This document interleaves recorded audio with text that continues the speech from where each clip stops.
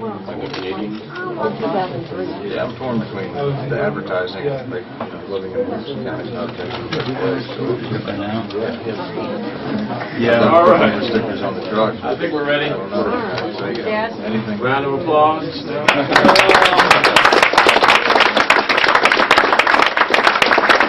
All right. Well, I'd like to thank everybody for coming out tonight. I know sometimes it's hard to get away from the family and come down and visit us here at the bookstore. But it's really great for you all to be here. This is what it's all about, building community and getting out and shaking hands and letting everybody know that we're together in this fight. And so, tonight I want to introduce Barry. If you don't know, Barry's law enforcement career has spanned 8 years. His talents were soon recognized, and he was contacted by the Permian Basin Drug Task Force located in Odessa, Texas, where he participated in joint operations with the ATF, the DEA, the FBI, and U.S. military. According to a former West Texas Drug Task Force boss, Barry Cooper is probably the best narcotics officer in the state and maybe the country, so it makes him well qualified to speak on the drug war tonight. During the course of his 8-year career as a drug enforcement officer, he made more than 800 drug arrests, 50 vehicle seizures, and confiscated over $500,000 in cash and assets. After leaving law enforcement, and this is probably the more of the highlights of his career, Barry Cooper went on to produce and star in the DVD titled Never Get Busted Again, Volume 1, Traffic Stops, and the follow-up, Never Get Busted Again, Volume 2, Never Get Raided. And he has filed as a Libertarian candidate for Texas Attorney General. So without further ado, I'd like to welcome the next Texas Attorney General. Woo, yeah.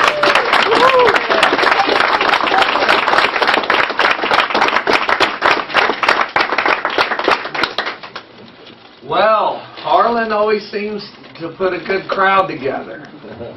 How many were here last time I was here? Excellent. Okay, I've got some new material, and some of it might be a little repeat for the second timers. My name's Barry Cooper. I just turned 40 years old, and I'm feeling healthy. I want to talk about my family first, then I'll talk a little bit about my police background, and then the Never Get Busted video series. I have a Cop Buster video for you guys to see. How many are familiar with Cop Busters, the reality show? How many have not seen the reality show trailer to it? We're going to show that to you. And then I'll talk to you a little bit about my race for Texas Attorney General. And then it'll be a question and answer session, and fire at me whatever you want.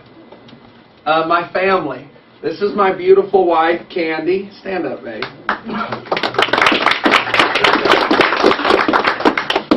I am having an affair with that woman.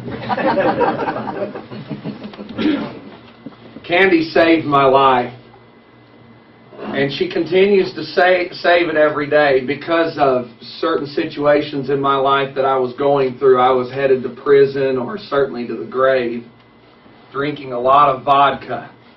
And I met Candy, and she would come outside while I was drinking the vodka and say, "Here, try this."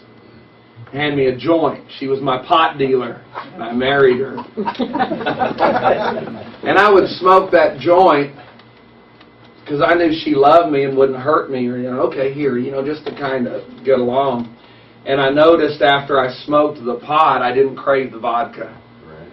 So I'm not an alcoholic because of pot. And I'm a much nicer person. So that's my wife. I have a 16-year-old daughter that just finished her first year at Austin Community College. She took philosophy, speech, humanities, so it wasn't, a light load. And she only finished 1 year of high school, and we homeschooled a little bit, and she was ready for college and has done really well. My 13-year-old daughter is beautiful as ever, AB student, very bright, coming on strong, talented. And then my son here, stand up, Zach. Wave to everybody.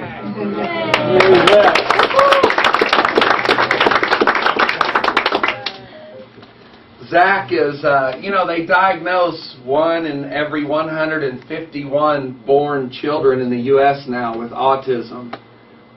We don't think all of it's autism. We think a lot of it's shots and things of that. But Zach got a dose of whatever that was, and it made him hard of hearing, so he wears hearing aids. And he loves to talk. So after this is dismissed, he'll do more politicking than I. Everybody loves Zach, and he loves everybody. He just said, I love David. That's his biological father. We all raise him together. You know, it's 2009 and people need to learn how to do that, work in the mixed families.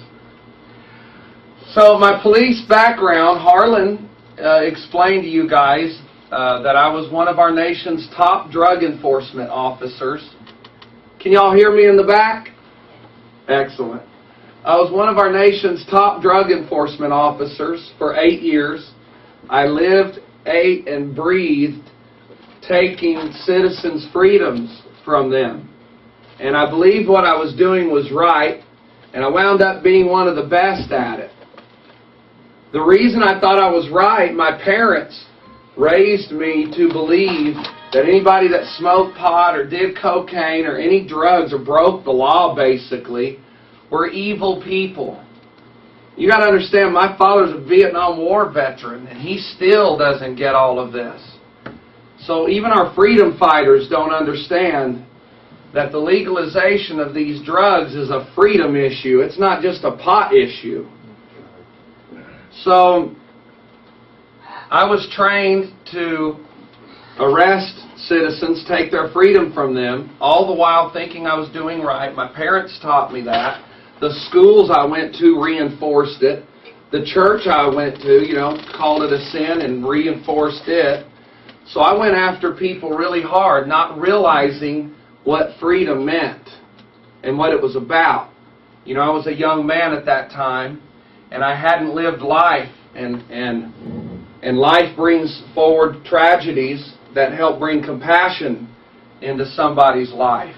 So when you're that young with that much power and you don't understand what it's like going through a tragedy, you start causing tragedy on others in the name of this crazy drug war.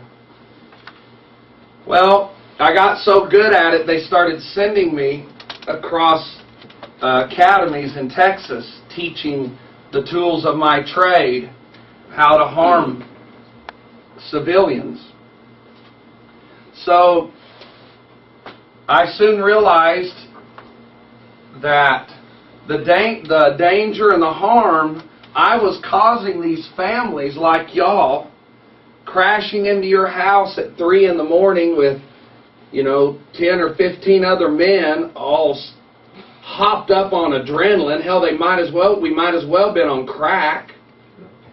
And we terrorize and scare you to where those people are still having nightmares from when I used to go into their house.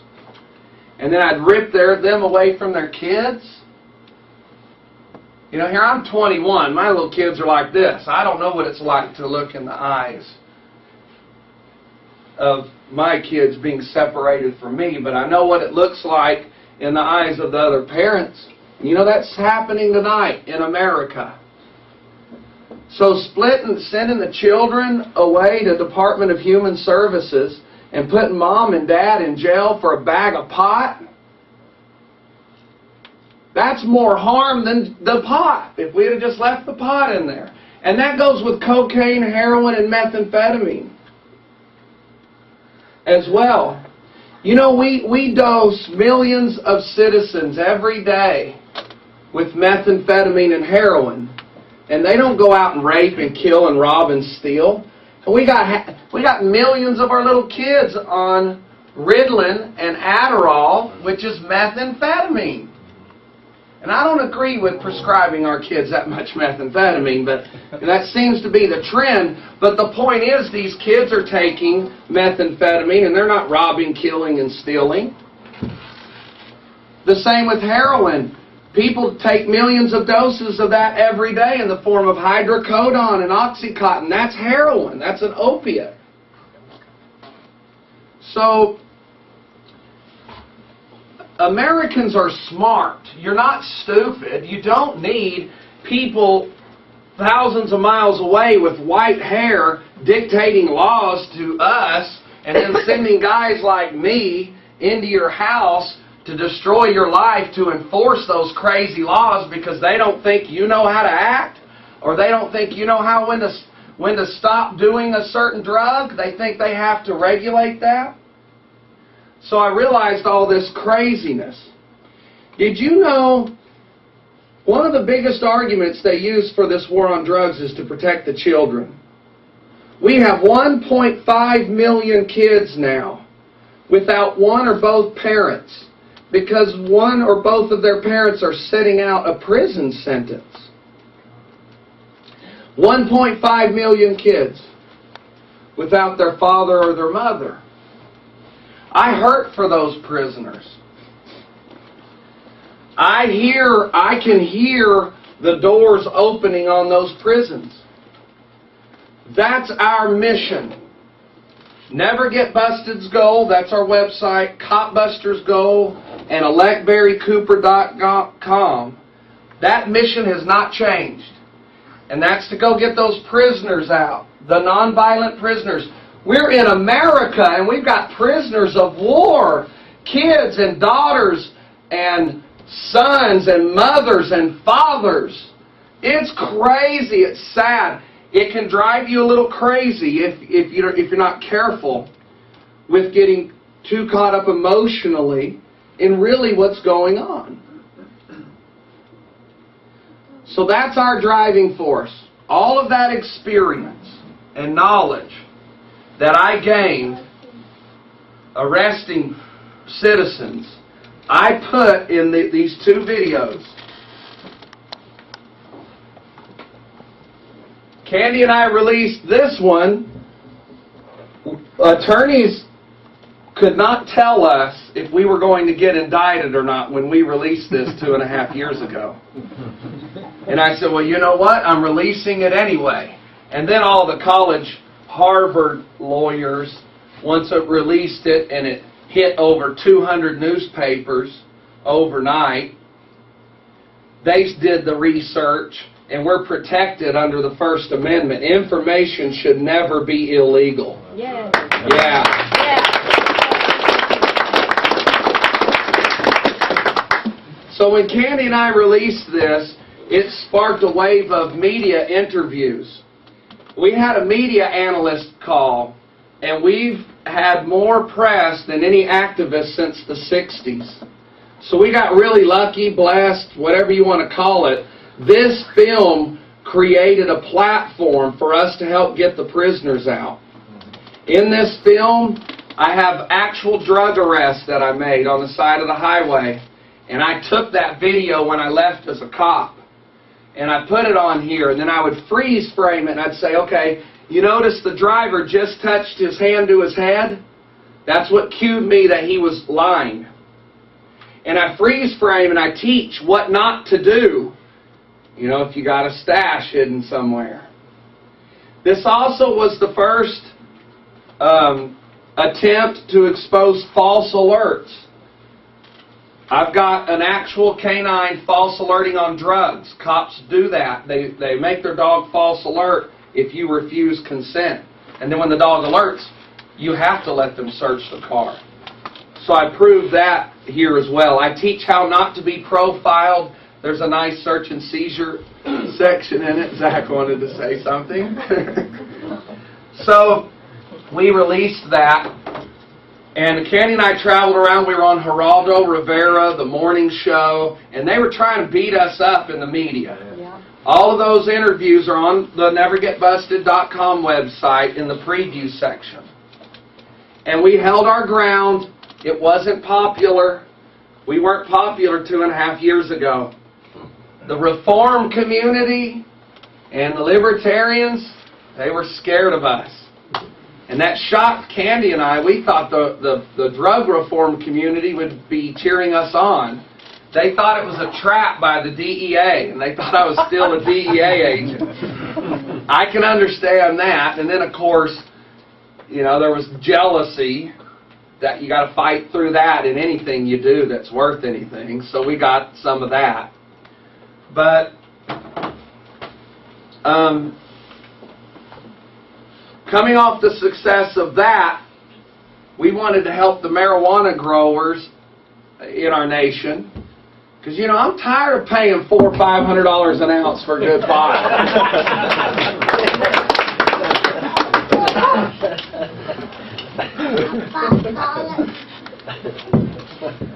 So, this video, Candy stars in this. It begins with her and I sneaking into a marijuana field in Dallas that the DEA just busted. And 2 weeks, right, a week, before we started Volume 2, because we're not rich, all the money we get, we pour back into our efforts. And we needed the money, I needed the money for a helicopter. Because I've got a certificate, I was trained by the DEA to fly around and spot marijuana plants. That was back during the marijuana eradication program in the 90s. So I was going to rent a helicopter, fly around till I found somebody's patch, and sneak our film crew in to give instructions on the ground how I could see it and what better to do to keep it hidden. No longer than we dream that pillow talking in bed. That's where we come up with all our ideas. Candy got a call from Channel 33 News in Dallas and said, hey, the DEA just busted a huge marijuana field on Dallas City property. But all the news reporters will only stand at the road and explain the marijuana field's 2 miles into the woods. They wanted to know if I would lead them in there for an interview, and they would take me up in a helicopter to check it out before we hiked in. Candy says, well, I don't know, let me check his schedule.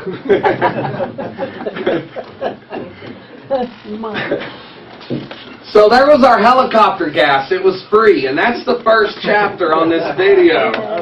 As soon as we got the interview done, we got them out of the woods safe. Candy and I snuck our film crew in, and we gave the instructions from the ground on what the growers did wrong. So it's got a lot of neat stuff in it.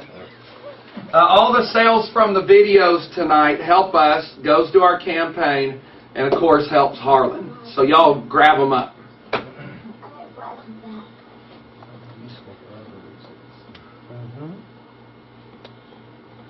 Okay. There was still a lot of doubt about us in a lot of circles after the release of 2. Still hard for people to trust us. They weren't sure, you know, kind of if you're a speckled bird or a different animal, you tend to get poked at. That's one thing I want to caution my party on, the Libertarian Party. We need fresh blood. We need new ideas. And also in the Libertarian Party, let me mention this. We need to be more tripartisan. The Libertarian Party is not the only church to belong to in America. Let's make the Libertarian Party cool to join. Not so kooky all the time. You know, we got some of the smartest people in our party, but sometimes they're a little too smart. And they have one agenda that they know they're a master at, and they know that subject. And if you ever need to know anything in that one area, that's the person to go to. But for some reason, the Libertarians that have that one branch they're expert in, if you don't agree with everything inside that expert circle of theirs, cut off. We're Americans. It's okay to have different ideas and work together and still stand and hold true to the freedoms that the Libertarian Party represents. YouTube that little clip. Are you videoing this? That part, I want the Libertarians to really hear. If you'll cut that section out. I'll make a separate video. Yeah, because, you know, we've celebrated 3% of the vote way too long. Yeah, that's right. I mean, I'm glad we've gotten that. I'm glad our fathers have done what they've done and carried it and gotten it on the ballot, but we've not run a touchdown yet, folks. There's a reason for that. There's a reason for that. Part of our campaign, I jumped a little ahead. So we want to rebuild the Libertarian Party in Texas. Yeah. Libertarian. And if you're a Republican or a Democrat, that's cool. You know, just as long, if you are a Democrat or a Republican and you start talking about, you know, taking people's freedoms, then we're going to stand, bro. You know, we're not going to give our principles up, but you're still an American and we can work with you on another issue. Yeah? Okay. So, cop busters. After these videos had been released, every day my BlackBerry lights up with anywhere from 20 to 50 emails, and it still does it. People complaining about being abused in America by cops. And every one of them says, my town's the worst. I call 4 or 5 people a week out of those hundreds that are just need the help immediately, and talk to these people every day. We're in a criminal justice epidemic in America. Senator Webb just called our criminal justice system a national embarrassment. That's right. And it is. It's an embarrassment. I don't feel safe around the cops. I feel paranoid. Oh, yeah. They're supposed to make me and my kids feel safe. Shouldn't be like that. We're going to change that. So, Candy, yeah, no worries. So, Candy said, "Hun, you were so good at busting the citizens that were crooked. Why don't you start busting cops?" I'm like, I'm down. Hey. So let me do the research, babe, and figure out how I can do this without breaking any laws. And if I do break a law doing it, I make sure I don't get caught. Because we'll never get busted, right?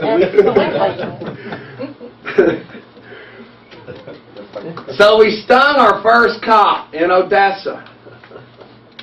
I had given my partners fair warning. I said, look, you guys stop what you're doing. Those things that I taught you and some of you taught me were wrong. Quit it. And they didn't quit. They planted drugs on a girl. And she's doing 8 years in federal prison right now because of it. The proof that she planted the drugs are on my website, copbusters.com. I have the police reports that have been whited out, and I proved that.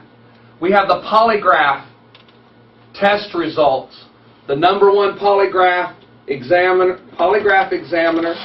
in the U.S., who used to be a polygraph examiner for the U.S. Department of Justice, polygraphed her and the informant, and they're telling the truth.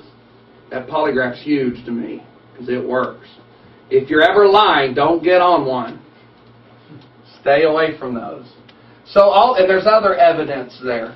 So, we decided to go to Odessa and set these guys up. We rented a house in secret and put video cameras with pan, zoom, tilt, and night vision. And I turned on a marijuana grow light. It's not illegal to have that in your house. And I put 2 little Christmas trees under it instead of marijuana.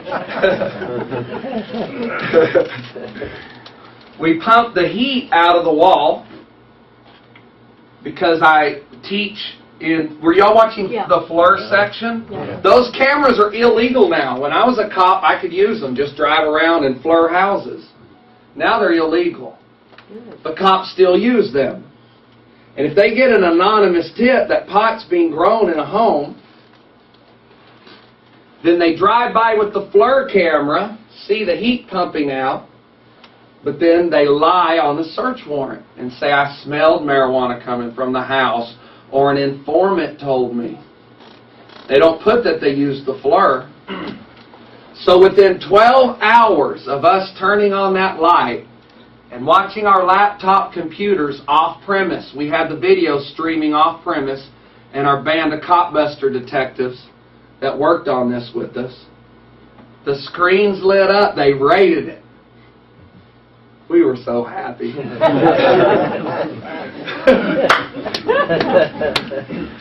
I couldn't believe how easy it was.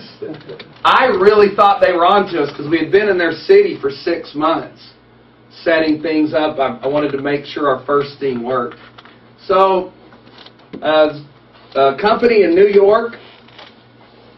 Well, let me show you the video, then I'll explain that.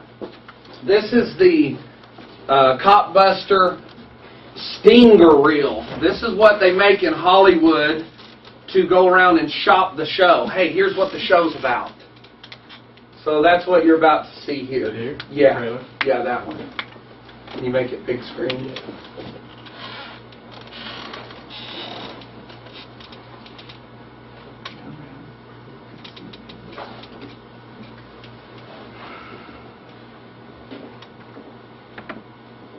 Oh, you gotta be 18 to see it. YouTube flagged it. It's weird.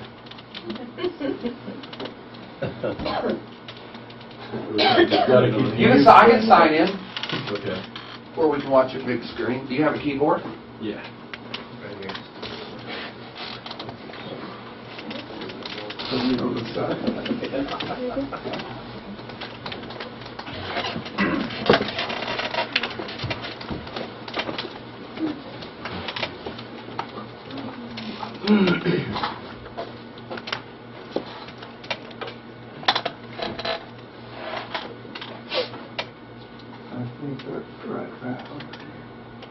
No? Changed it, remember? Okay.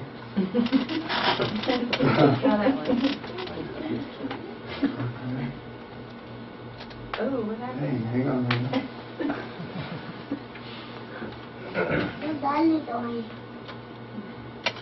I don't get it. Hang on. I know it's never get busted. You're not hungry, boy. You just ate. I know, right? I don't know. We'll just watch it. The little guy. I can sign in. Can you sign in? All right. Yeah. Go back, Harlan. Go back, Go Art. back, Harlan.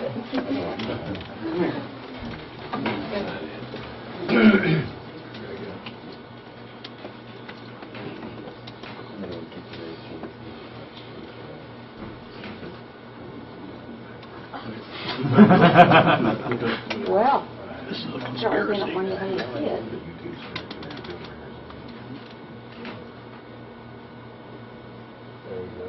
All right. Confirm birthday. Well, now we know you're at least 18. It's a lie. Many because of corrupt cops.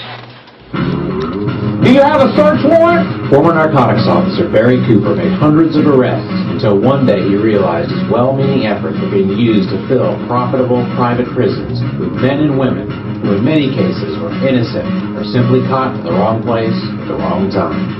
200 years old our country is, and we've had bad policy in the past, and this is no different. The war on drugs, especially marijuana, is bad. It was on this day that detectives who once wore a badge decided that one man could make a difference, and the Copbusters were born. I'm doing this for the million non-violent drug prisoners we have in prison right now. This Lone Star Justice Squad of law-abiding patriots is set out to turn the table on those cops who took the oath to protect but sold out for personal gain.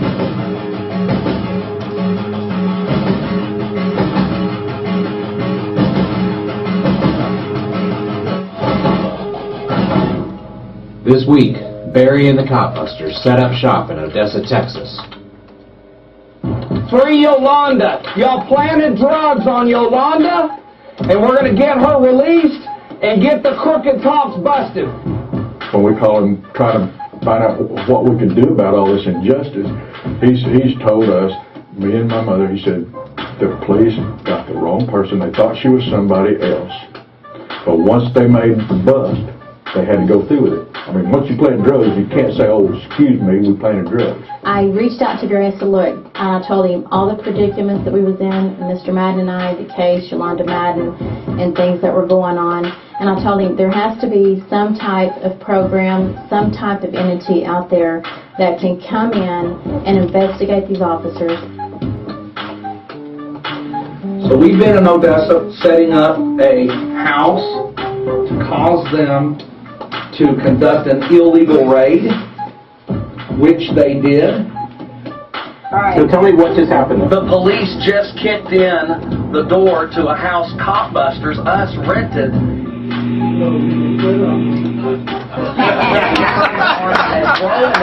put 2 little Christmas trees under it in potting soil, like we're growing little Christmas trees. And I guess they thought it was a grow room for marijuana. It was a trap we set, and it worked. They got the police searched what they believed to be a marijuana grow house. It turned out to be a phony setup by a reality show called Cop Busters, and the whole situation just won't go away. What are you still at? Just about to Hey, I'm Barry Cooper with Cop Busters. Why are you in my house?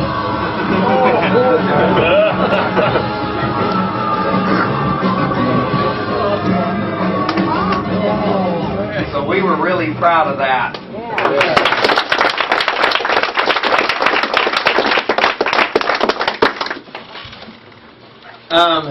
So they're currently taking this sizzle reel. I signed with a company in New York, Candy and I did, and they're taking it to the broadcasters to see who wants to buy it. And they'll want us to do 13 episodes the first year. Yeah. It's not enough. Yeah. And then there was a writer in Hollywood that heard a National Public Radio interview that I had done. He wrote a script. Fox Studios loved it. And they're pitching a 60-minute drama like Nip Tuck about our lives. So we've got 2 deals working. Now, I told you that to tell you this. I don't have time to go through Harvard or even UT here to get the clout needed to win a seat as Texas Attorney General. I'm as good in court as any lawyer. I do all my own pro se stuff, and I'm good at it. Friends with many, many, many lawyers in Texas. In fact, Candy and I just got back from Houston 2 weeks ago. I taught a class to the Texas Criminal Defense Attorneys Association on canine false alerts. So, we're going to use the fame and the money of these Cop Buster stings, along with a grassroots jury nullification campaign across Texas.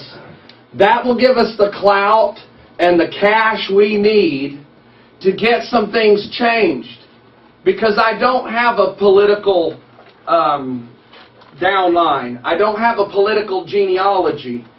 I don't have loyalty to my father and my grandfather who voted their checkbooks instead of freedoms. I have a loyalty to the Texans and to what freedom really means. So we're going to be stinging cops all across Texas as they're making the news media. It's also going to be a reality show. And in 2010, I'll see you in the state capitol. I have an open door policy.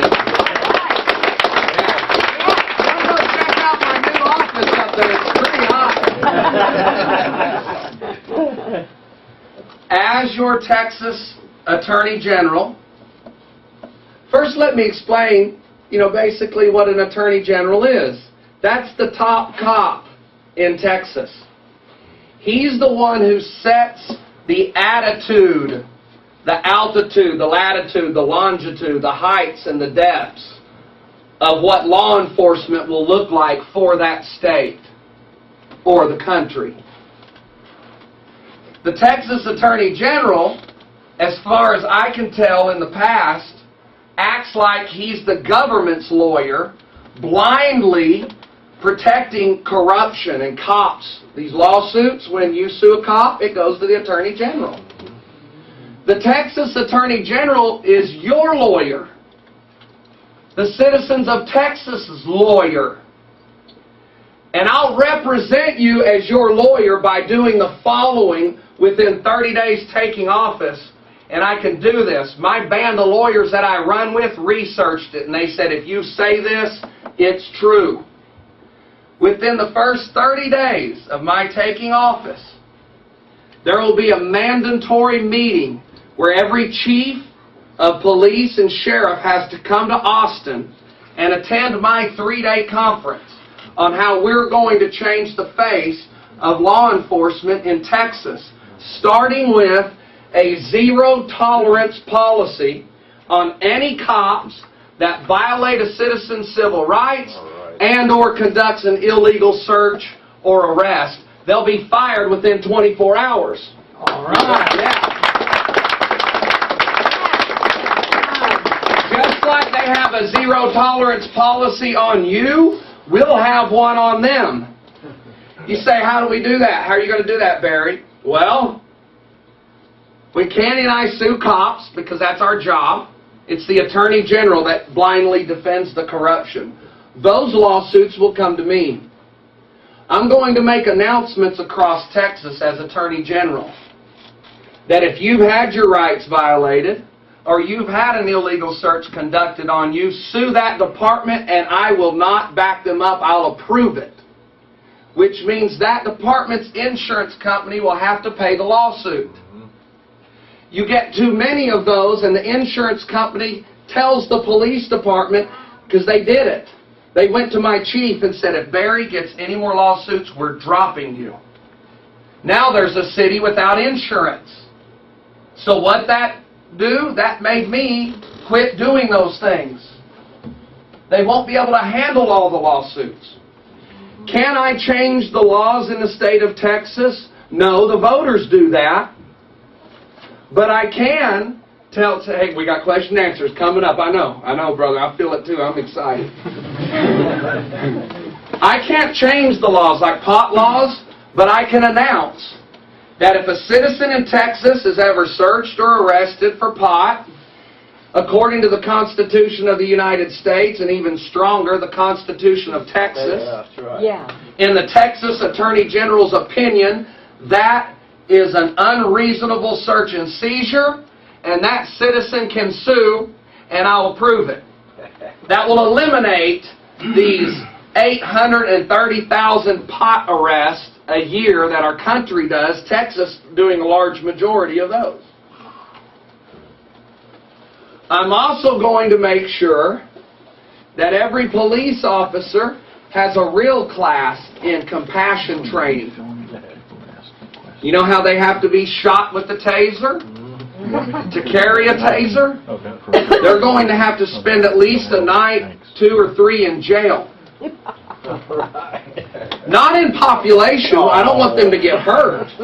But I want them to see what it feels like before they're just so quick to snap the cuffs on somebody and take their freedom from them with zero compassion. Has anybody ever seen Idiocracy? Yeah, love it. And those cops have them with the dog catcher thing? That's what it really looks like out here almost. They just don't have that yet. It's insane. You know it takes a special person today to be a cop? It takes a person that doesn't have compassion because they're operating under a corrupt system. So that if there's a system of corruption, and only certain people are going to be drawn to that. Yep. Your good people are not in the police departments right now. They're not sitting there in judge robes and prosecutors. It's horrible. They're crazy. Yep. You hear me? They're really crazy. It's so un-American. So where was I at? Question and answers. Good job, huh? Okay, you first. The largest voting bloc in the country is prisoners and their families. And if the word ever got out about what you're doing in that voting bloc, you'd be the next Attorney General. He brings up a good point. He said that a large voting bloc are our prisoners. He's exactly right. The man... Their families. And their families. Their families. Yeah, and their families. The biggest voting bloc is what he said. Yes. I read a book by the little numbers guy that ran Bill Clinton's campaign that identified soccer moms. What's the name of that book? What's the name of the guy? Penn. Some Penn. And you're right. In that book, there's 72 groups of people that he said if you can target and get to vote for you, you'll win. And he also said, you know, if you're a business and want to make money, appeal to them. One group was homeschooling, you know, because that's really getting popular.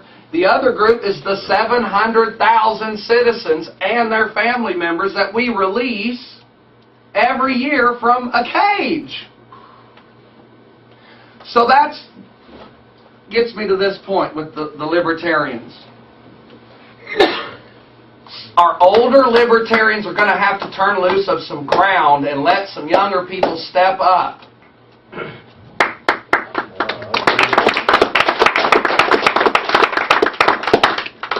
We need your help and support, not the criticism.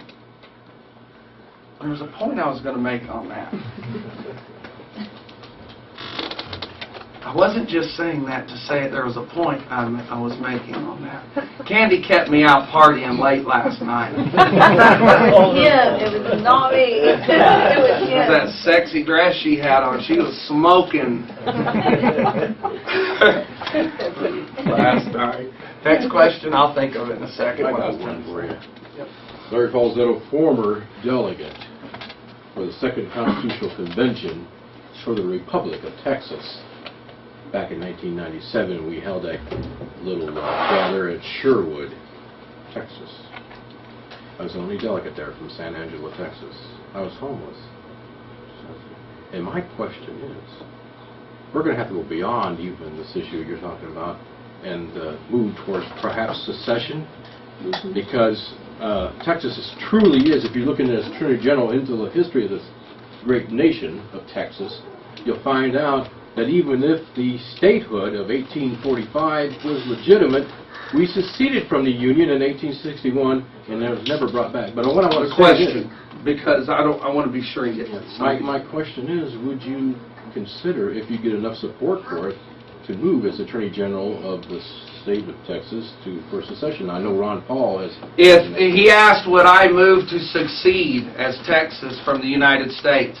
If that's what it takes to keep the citizens of Texas safe, and if that's what they want, I'm there. All right. Don't start the revolution without me.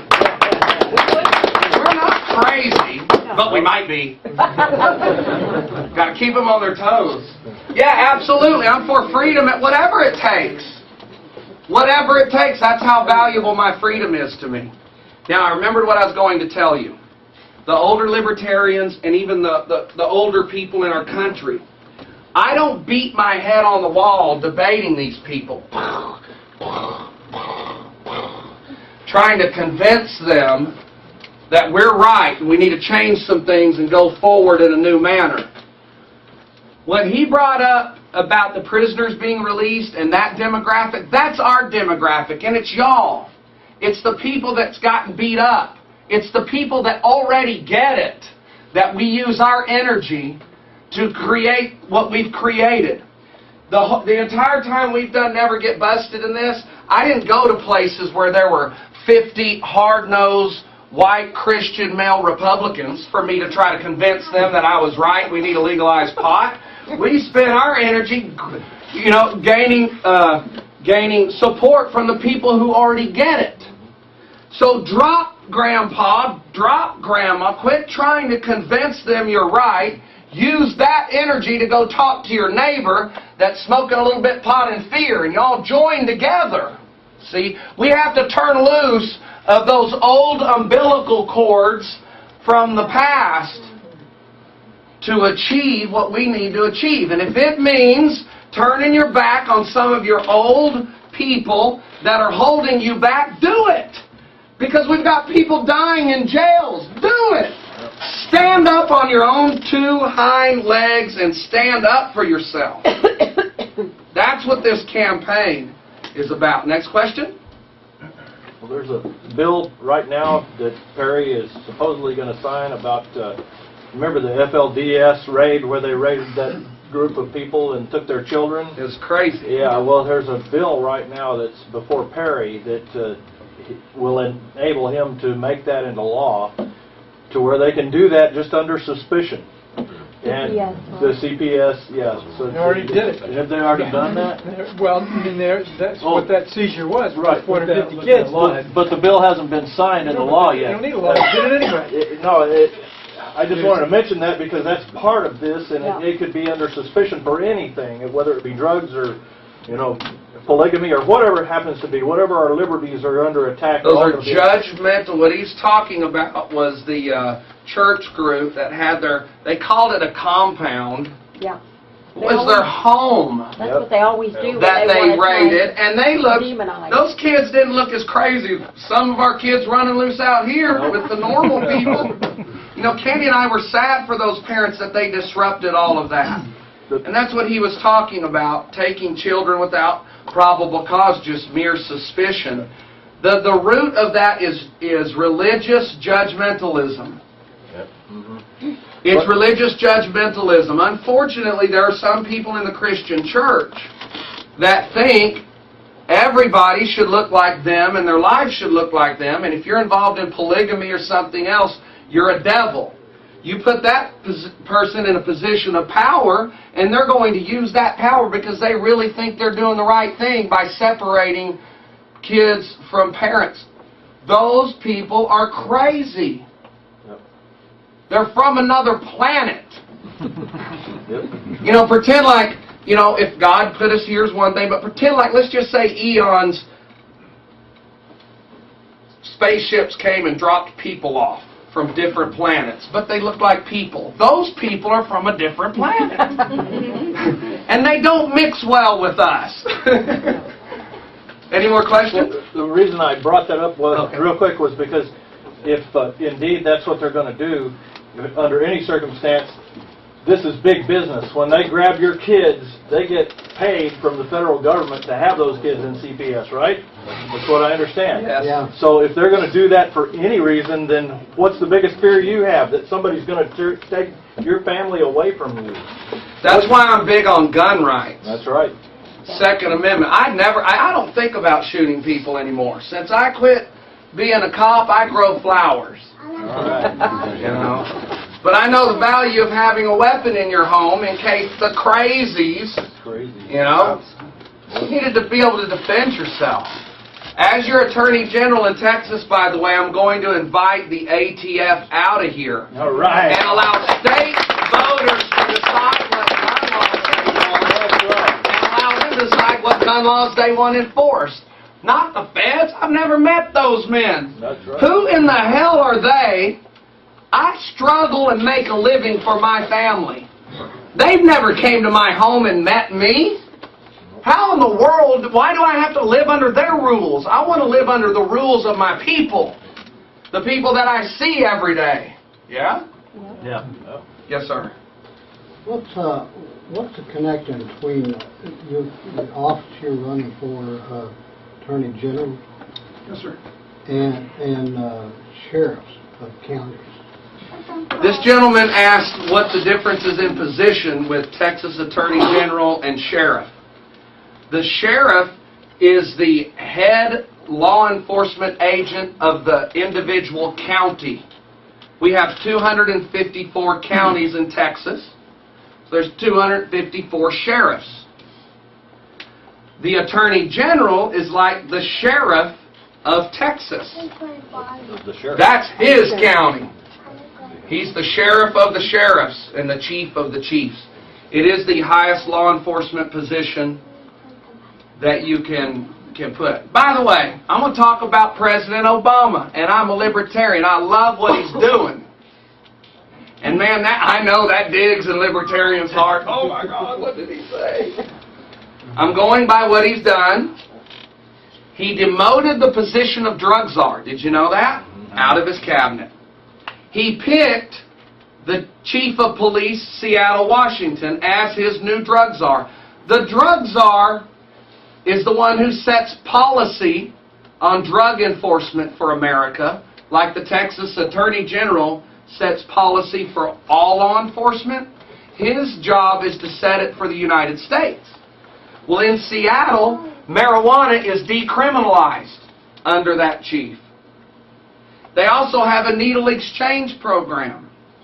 His first public speech he gave, double-talked some. The headlines were, this is 3 weeks ago, that we need to end this war on drugs. That it's a war on the people, not a product. And that the Obama administration would be leaning heavily toward treatment instead of incarceration. A couple paragraphs down, they talked about still arresting people for it. So there's some double talk. But this administration is getting the people ready and used to the idea to end this drug war. Within 2 years, I believe, marijuana will be decriminalized in all 50 states. The drug war will phase out within 10 years. That's what I believe. President Obama also appointed his Attorney General. Now, he's the highest cop of the nation. He's a liberal guy. He's not white. And he's big on civil rights and the Constitution. In fact, the new Black Panther Party, there were 3 guys that got charged under the Bush administration for voter intimidation, because 3 of the new Black Panther Party were suspected of voter intimidation. Obama just exonerated them. He is making moves towards civil rights. Has he made the right call every time? Absolutely not. He'll tell you that himself.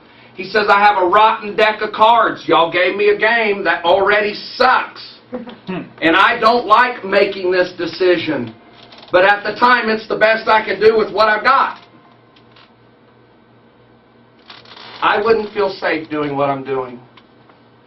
I don't believe I would have a shot at Texas Attorney General if he weren't in office. He is changing the attitude of how things should be in America. In a sense. Any other questions? Yeah. With your stance on supporting people being able to sue law enforcement agencies for unlawful searches and seizures, would you support that same stance on people being able to sue district attorneys for trying people for income tax evasion for the IRS, since the word income is not defined in Title 26 of the United States Code, and they don't uphold any Supreme Court rulings on that subject whatsoever? So would you support people being able to sue district attorneys, judges, for putting people in prison for a tax law that's unjust and very loosely undefined, and that's unconstitutional, so that you can take that same stance on their insurance companies supporting policies on those agencies? He asked how I would treat somebody losing their freedom for not paying their income tax.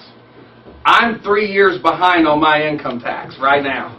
Right. Now, I'm going to pay it, because I know that's going to come up in the election. Well, my demographic are not the taxpayers. My demographic are the libertarians. You got to squeeze money. I'll get my taxes paid. The question he asked, I'm going to ask this group of attorneys that's advising me. And if I can do the same thing to make sure somebody doesn't lose their freedom from taxes, I will do it. Because you're not supposed to go to jail for not paying your taxes. I don't have a problem if they want to levy whatever, but nobody should lose their freedom for that. Which brings up child non-support. That's out the door. That's a crazy system. It's sexist, and it's used to attack men in courts. And during the worst time of their life, it really is a big bully weapon against the men. And men shouldn't lose their freedom over that, neither should women. And I don't mind facing the women that are saying, well, what about my kids? What about my kids? I've got arguments for all that, why it's not fair to put somebody in jail because they owe money for child non-support and or taxes. Yes. So I think it's Dallas now. You're next. They've got laws that if you have a kid, you're a homeschooler, you take your kid to the store during the school day, you're arrested. If you're a homeschooler, there's a curfew for kids now in Dallas. They Even if they're with a parent. Right, even if they're the parent. He said if they've got a curfew now in Dallas, your kid can't be out past a certain time. Between 9 and 3. During the day. Listen, leave Dallas. I'm serious. Listen, we lived in East Texas. There are 243 churches in my one county. I'm not church hating. I love that there are different churches and people can go and have the freedom to do their thing. But, jeez. That's one of my biggest tips when I counsel these people on the phone that I was telling you that call and they're in this horrible situation. Every one of them say, I've been fighting this for 10 or 15 years. These cops just hate me. I'm saying, get the hell out of Dodge. Because you're not going to win. We fled to Austin with our family. As soon as I could get the money together and the plan, I took them to a safer place. So tell your friends if they're being harassed in a certain precinct, they need to move to a freer area of the United States. It's not worth your freedom to live somewhere where they're all crazy. But do you think that something like that is some sort of pilot to see if it can be enforced throughout Texas? They're going to start in Dallas and then move to different states? Cities, sorry. She asked if I thought that would be a model for other cities adopting. And you know, if voters vote that in, makes you wonder about the voters. I'll certainly give legal opinions away for this is America. If those kids want to be out, they should be able to be out. Not under fear of a cop arresting them. This thing's gone mad. Yeah. But we're fixing it. We're going to fix it. Yes, sir. He was next. I'm sorry. The problem we had in Cherokee County when the police raided our building and locked me in jail and my friend did, we tried to file criminal complaints directly to the grand jury. And the district attorney has control of the grand jury. Right. And has denied the citizens' right and duty, by the way, to file criminal complaints against public servants. And I would suggest that when you become Attorney General, make a point of allowing the citizens to file complaints in each county against public officials and bar the district attorneys from blocking that. Yeah, I'll do better than that. He explained that the district attorneys are not taking legitimate complaints from citizens to the grand jury. A grand jury is nothing anymore, folks. They can indict a ham sandwich now. It's nuts. They adopt the attitude of the prosecutor every time. Yep. That's right. So he wondered how, I would try to fix that. Would I stop that process? I've got a better way to do it. And this is my recommendation to you, too. Going in and doing what you're talking about, I'm very familiar with that. People email that idea to me all the time, but it doesn't work. Nothing wrong with doing it, but if you want to do something that's not working right now. What works is sue them in federal court. Sue the judge. Candy and I sued a judge in family court. We were so horribly mistreated.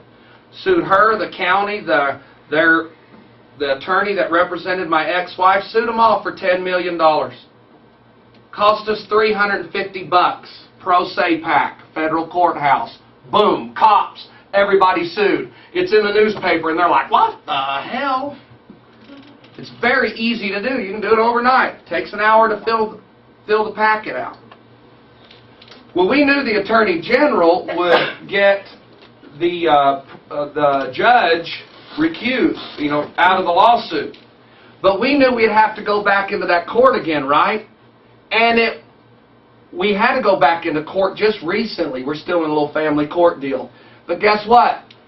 That judge that had mistreated us so bad in court couldn't sit in judgment on us again because we had sued her. She had to recuse herself.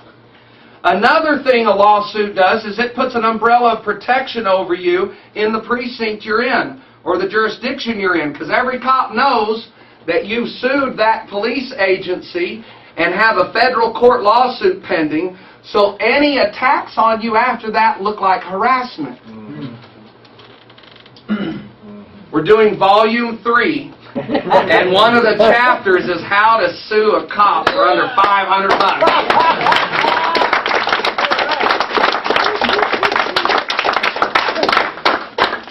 So I'd go that route, man. I'd start filing the lawsuits. Do you have any plans to address election fraud through the voting machines, electronic voting, computer voting, and other areas of election fraud? He asked, did I have any plans to combat election fraud? I don't know enough about it to know exactly how things are how fraud is being committed, but I'm a trained enough detective that all I'd have to do is study it for a little bit and make a few phone calls, and I would know how to better answer that question. Yes, this is how I do it. Since I don't know the interworkings of the watch, I'll just tell you the watch. Yeah, of course, as Attorney General, if there's any type of voter fraud, I'll do whatever it takes to stop that. So we really know who the people are electing. I'm specifically talking about mainly the computer voting, where it can be manipulated by behind the scenes by technicians. The results can. No matter what the vote is, they can change it just by manipulating the software. So that's the inside, you're explaining the inside of that watch, and I don't know enough about that to tell you how I would stop it. Diebold runs the equipment, and they can punch it in so that 96% of the vote goes to you. In reality, the where do I go find these people? The voters come and they vote 96% for you and 2% Democrat and 2% Republican, but a Democrat or Republican will win because the computer is rigged. Yes. Yeah, you got to look at the Vote Rescue organization. Vote Rescue with Beth Harris and Vicki. Right here in Austin. Good people. Well, if the vote's rigged, then we're still going to create a lot of damage here in Texas. As a civilian, I'll keep busting crooked cops. Right, I'll keep busting you have to get voted. You have to get voted in first. And if they I believe I'm going to get voted in. There might be some conspiracy-minded people that think I don't have a chance. Don't let that cloud your good judgment to get involved in my campaign. Get involved. Let's kick that ass across Texas and show these people what a real campaign is about, what Texans are really about. Texans are supposed to stand up. So that's what we're about. Let's say there is fraud out there, and it's all rigged, and I won't get elected because of that. So what? Let's drive and make this attempt anyway, because I see myself in that Capitol. It's not a pipe dream for me. I see you there too. Yeah. You know, they said I could never, first they said I'd never be a cop, and I went to be a cop. They said, you'd never do what you did there, and I did. They told me I'd never have a cage fighting company, did that. Said, you know, releasing DVDs, and they say, busting cops. What do you mean busting cops? Now there's a few going, damn, he might win Attorney General now. Yes. Since it's so prevalent in the culture of police culture, like, you know, they have the fraternal order of police, and basically, I mean, a lot of people might not know this, but they do kind of look at us as the enemy. They see us, and they're like, that's somebody to taser if they look at me wrong. You know, if you were Attorney General, how can you, not just with laws, but any ways and means, how can you affect, because internal affairs, I mean, if they're having barbecues on the weekends and all these guys are investigating, they're all buddies, what are they really doing? I mean, police corruption is so prevalent. It's everywhere on TV, and the media is just like, they don't say, was that wrong? You know, they beat that guy in Birmingham, Alabama, and he was unconscious. And people think, well, that's just random. Well, you know, maybe it is, but it's not random. If it's just one person, That's That's more enough. than enough. What happened with Rodney King, we should have been infuriated. Every Right. American in this room, But black, see, he white, was or black. Hispanic. Exactly. That's the problem. Now, how do we get over You know, that the black culture? people have been telling us all along that our Right. cops are crazy, and we didn't Right. listen to it until they started putting Whitey in jail. So how do we- That's what happened. They got 1 in every 9 black males locked up in prison. They got over a 10th of the black male. Our black male Americans that I went to school with got them locked up in a cage. Right. So how do we get that culture of these cops thinking we're the enemy and their internal affairs, police, the war on drugs? How do we stop that? How do we get I'm that gonna into tell their you. minds? So that's He asked a question that is dear to my heart, because one has to get to the root of a problem. You can't just keep cutting the fruit, because it'll pop back up. He asked, how are you going to get rid of that attitude that's embedded in the mind of cops as a whole? How do you get rid of that personality? Here's how you do it. You fire their ass and just start getting rid of them. Start paying the cops a little more to draw good people in that do have compassion, that do understand. It's not going to take ruling them to death. Let me tell you what. When I start this, their attitudes are going to fight it and resist it. And it's going to have to be a layer of just firing them and get rid of them, not trying to convert them, because there's 3 or 4 generations of these type of people. Yeah. It's deep. Yeah. So we've got to get rid of the culture that causes law enforcement to abuse people. It's like when a 17-year-old black kid gets out and shoots a cop. Boom, boom, boom. Everybody's, black kid kills cop. And they have all of this thing, about the cop's dead. The cop's dead. Ooh, the cop, oh, the horrible black kid. What in our culture in America, the richest country in our nation, would cause a kid to get out and start shooting the cops? Fix that first. I'll tell you what it is. It's a generation of abuse and deep-seated hate. I would never shoot a cop, but I understand why some people do. Because they are a picture of, I'm about to experience hell in my life, and they don't care. So you hit a button, you're right. It's an attitude that needs to change. Paradigm. And it's so deeply ingrained. It's like the Nazi forces. Dude, we're going to have to sue it out of them, fire it out of them, and I'll be the boss of all of them and make sure it happens. Get some real men and real women in here working law enforcement. Not these crazed people that show up to a scene looking who they can arrest. And takes her 72-year-old grandma. Yeah, not who they can help. Instead of showing up, how can I help you? They're like, who can I arrest? I'm like, damn, man. Smoke some weed or something. Dude, you're way too serious about it. Yes. I think part of getting at the root of the problem is where these cops are going out and enforcing these laws and getting a similar program which is talking about busting the cops, busting the council people, the councils that make the laws in the cities. For instance, about 3 or 4 years ago, I was homeless and I was minding my own business down at the park down here, Rollers Park. I had some gout on my foot and I had my hat over, and a cop comes up and talks to me and gives me a ticket for sleeping under an oak tree. That's actually what he wrote on the ticket. Sleeping under an oak tree.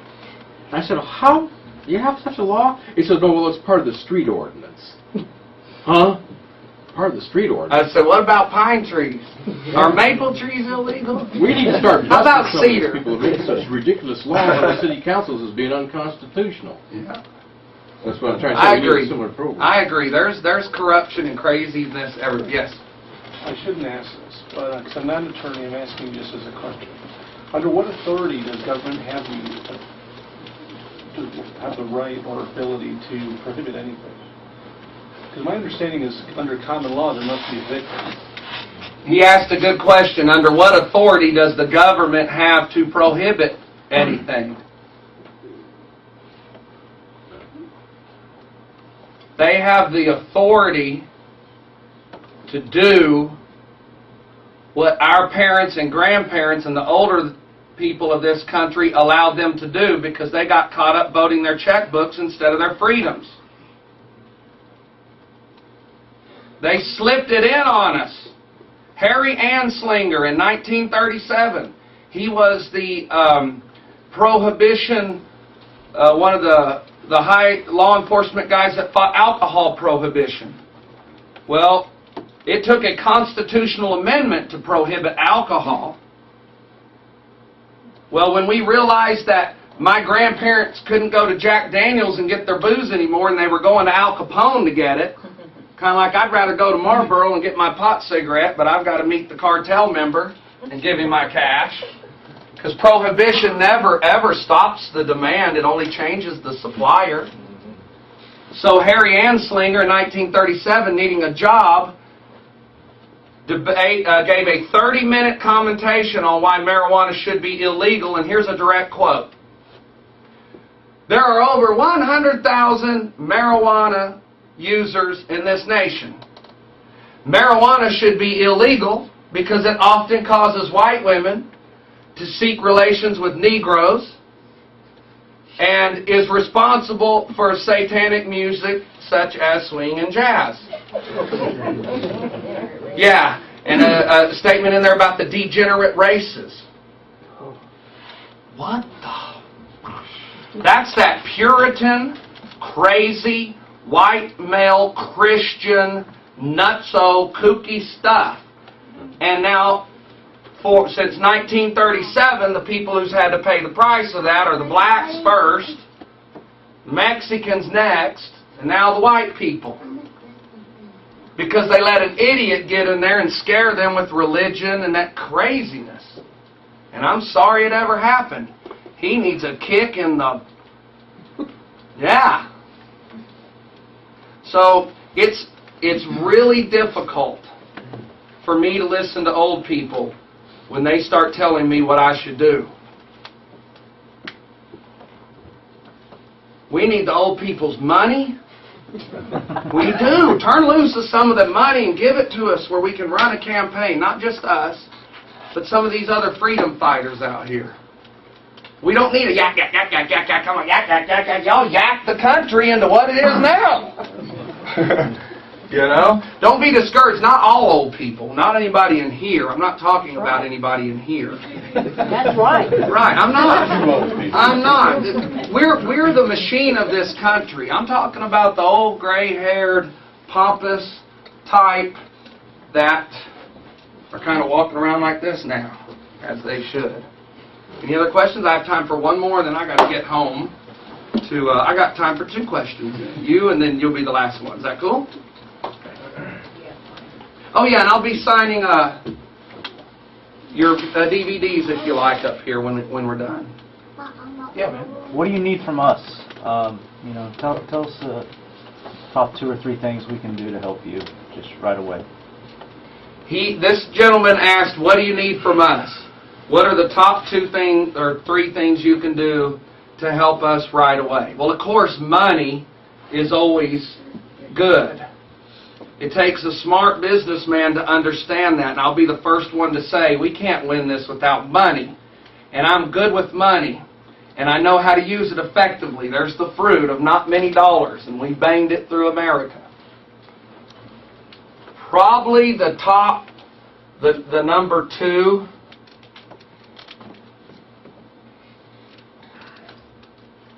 would be the attitude change like we need in law enforcement. We need an attitude change in the Libertarian Party to be a little more accepting. And hey, you can come into my circle and I'm not going to scream you out of it or debate you out of it. I swear, man, some of these libertarians are like they're on acid. They wrote a book and they're sitting there like, what?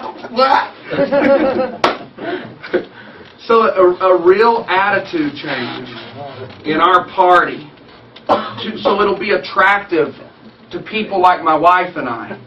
We went to some of the conventions and like, wow, man, there was no cool people hanging out. You know? It's because we tend to run those away from our little pets. So that attitude. And then number 3, vote for me, man. Vote, vote, vote, vote, because I'm living in the mind that there's not voter fraud. Let me live in Berryland. And vote for me, vote for me, vote for me. I'll do you a good job. Not so much voter fraud, but election fraud. Yeah, election fraud. Yeah, good distinguishment there. Yes. Okay, final question. As Attorney General, can you in any way influence the training programs that will, help the incoming officers that will no doubt follow these mass firings you're planning? Yeah, he asked, would we be involved in the training of the new recruits? Absolutely. I've taught in police academies already across the state of Texas, and they need a dose of this, compassion, things of that nature. And what's so nice about this, the massive firings that will take place, there are people that I talk to that are good people that want to go be a cop, but they won't because their freedom issues won't allow them to because it's so nuts. Those people will be the ones that raise to it and say, hey, I'll be a cop under Chief Barry Cooper where I can get out here and fight real crime, keep child molesters where they need to be, people that rape women where they need to be. I got a lot of respect for prisons because there are some animals, that I wish they weren't in a cage. I don't wish anybody to be in a cage, but for our safety, they really need to be. Okay. All right. Thank you.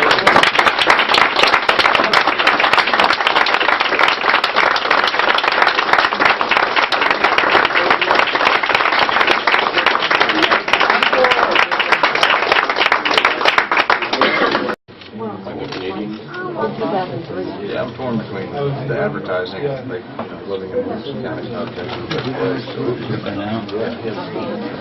Yeah. All right. Stickers on the truck. I think we're ready. I don't know. Yes. Anything. Round of applause.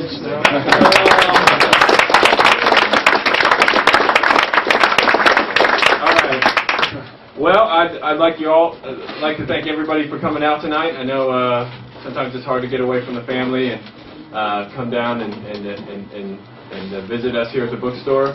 But it's really great for you all to be here. This is what it's all about, building community and getting out and shaking hands and letting everybody know that we're together in this fight.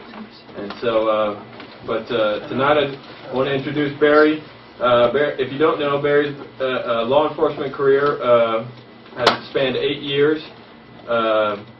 His talents were soon recognized, and he was contacted by the Permian Basin Drug Task Force located in Odessa, Texas, where he participated in joint operations with the ATF, the DEA, the FBI, and U.S. military.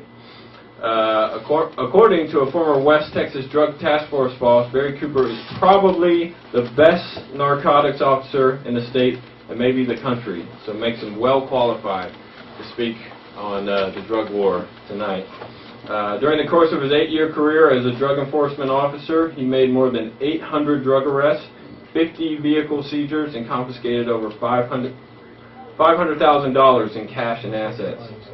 After leaving law enforcement, and this is probably the more of the highlights of his career, Barry Cooper went on to produce and star in the DVD titled Never Get Busted Again, Volume 1, Traffic Stops, and the follow-up, Never Get Busted Again, Volume 2, Never Get Raided. And he has filed as a Libertarian candidate for Texas Attorney General. So without further ado, I'd like to welcome the next Texas Attorney General. Woo! Yeah! Woo!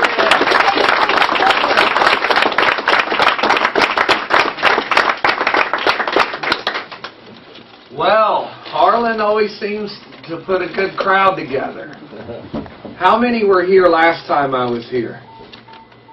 Excellent. Okay, I've got some new material, and some of it might be a little repeat for the second timers. My name's Barry Cooper. I just turned 40 years old, and I'm feeling healthy. I want to talk about my family first, then I'll talk a little bit about my police background, and then the Never Get Busted video series. I have a Cop Buster video for you guys to see. How many are familiar with Cop Busters, the reality show? How many have not seen the reality show trailer to it? We're going to show that to you.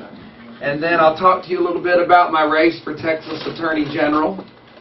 And then it'll be a question and answer session, and fire at me whatever you want. My family. This is my beautiful wife, Candy. Stand up, babe.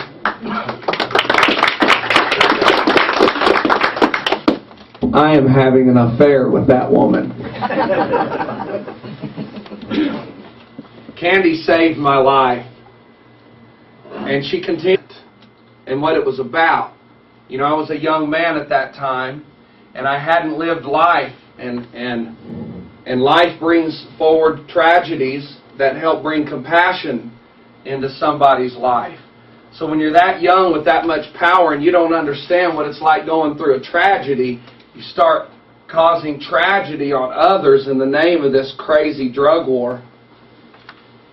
Well, I got so good at it, they started sending me across academies in Texas teaching the tools of my trade, how to harm civilians. So I soon realized that the danger and the harm I was causing these families like y'all, crashing into your house at 3 in the morning with, 10 or 15 other men all hopped up on adrenaline. Hell, we might as well been on crack, and we terrorize and scare you to where those people are still having nightmares from when I used to go into their house. And then I'd rip them away from their kids. Here I'm 21. My little kids are like this. I don't know what it's like to look in the eyes of my kids being separated from me, but I know what it looks like in the eyes of the other parents. That's happening tonight in America. So sending the children away to Department of Human Services and putting mom and dad in jail for a bag of pot. And he loves to talk, so after this is dismissed, he'll do more politicking than I. Everybody loves Zach, and he loves everybody. I love David. He just said, I love David. That's his biological father. We all raise him together.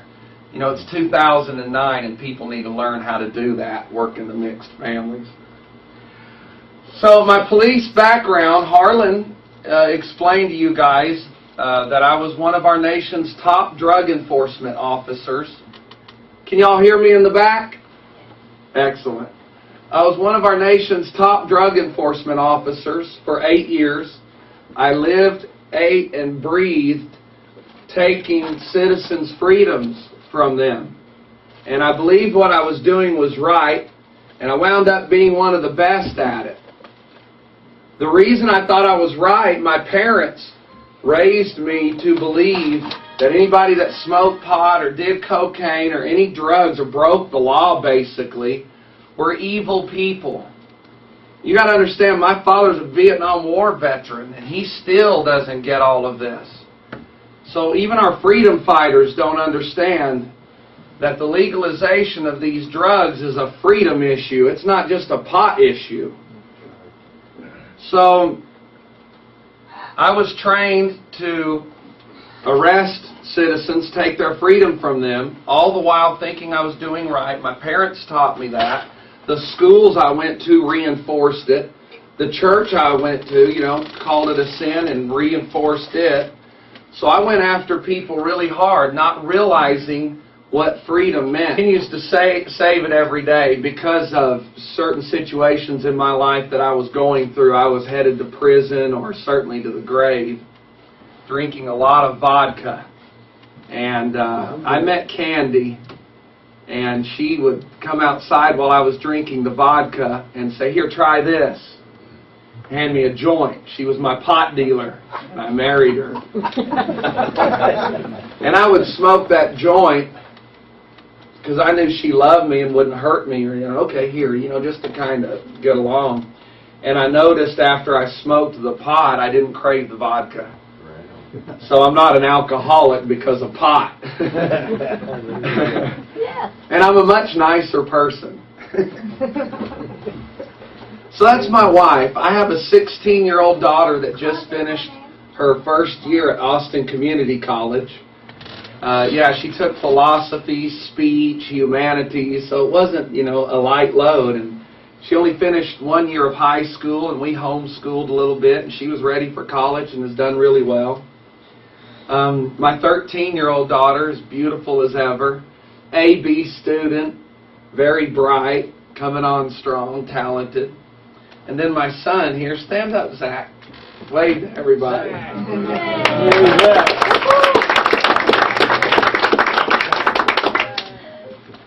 Zach is, you know, they diagnose 1 in every 151 born children in the U.S. now with autism.